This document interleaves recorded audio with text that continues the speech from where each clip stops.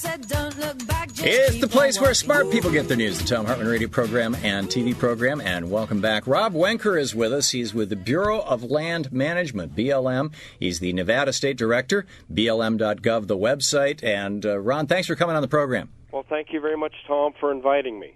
We just heard from T. Boone Pickens' wife, Madeleine, who is running SavingAmericasMustangs.org, and a number of callers who are very, very upset about your agency's treatment of wild Mustangs, and also the possible association between the Ruby Pipeline that BP apparently has an interest in, and the BLM killing Mustangs so that that pipeline can run through. You want to address those issues? Well, let me address the second issue first.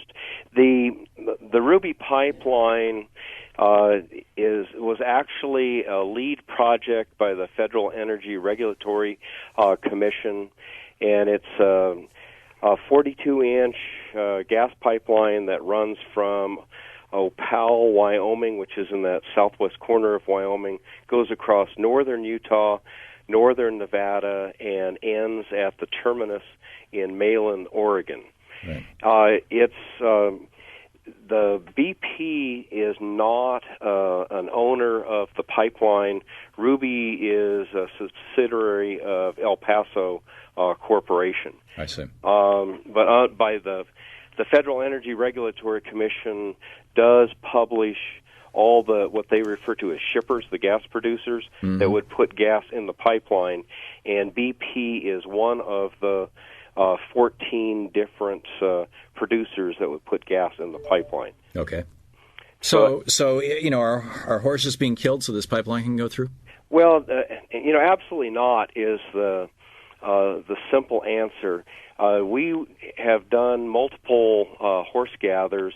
The one area that the pipeline crosses that also has wild horses is in the northwest corner of Nevada, and there's approximately 35 miles of the pipeline that crosses what we refer to as our herd management areas. We did a gather of horses in that area we referred to as the Calico earlier this year. Right. Isn't gather a nice euphemism for slaughter? No. We don't send any horses to slaughter.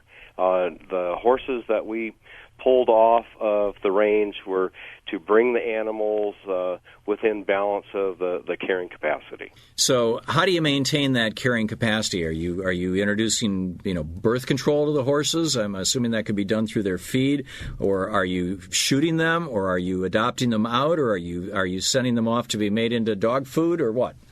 Well, let me first say that if people can rest assured, we are not sending them to slaughter. We are not out there shooting them. Who is? Well, no one is. The only animals that we do euthanize are those that are sick or lame or are in very bad condition.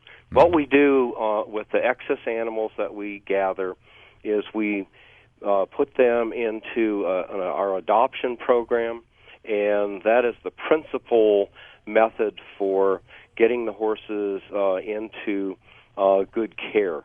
I will say, when the Wild Horse and Burro Act was passed in 1971 until today, so it's about 39 years old, we have adopted out 250,000 horses successful.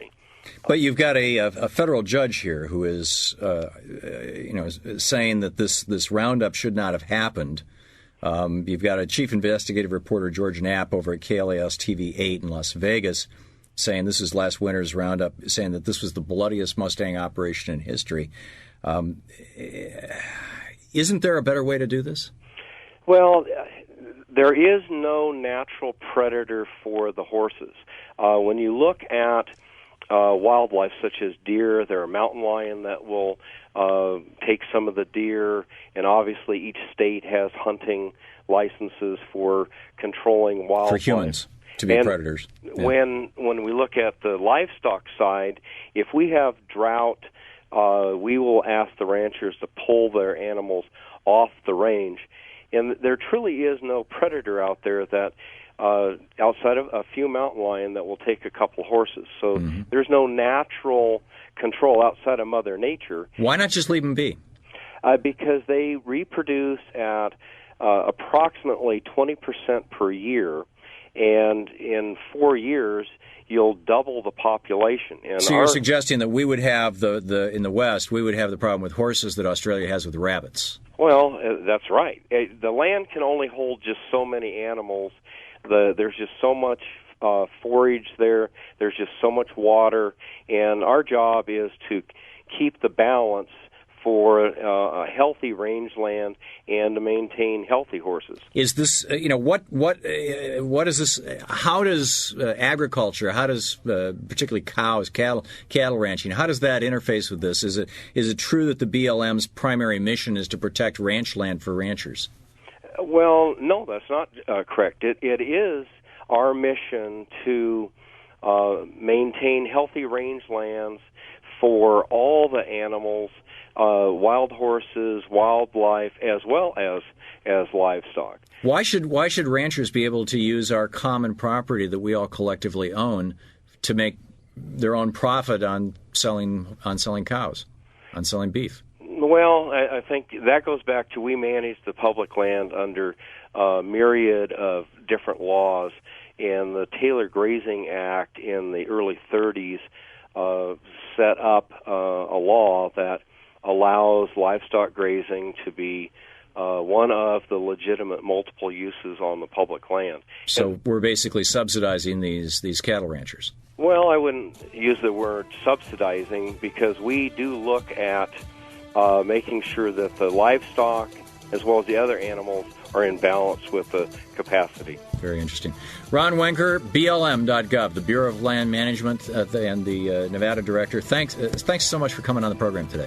Well, thank you very much, Tom, for inviting me. I appreciate it. Yeah, me too. And appreciate straight answers to tough questions. We'll be right back.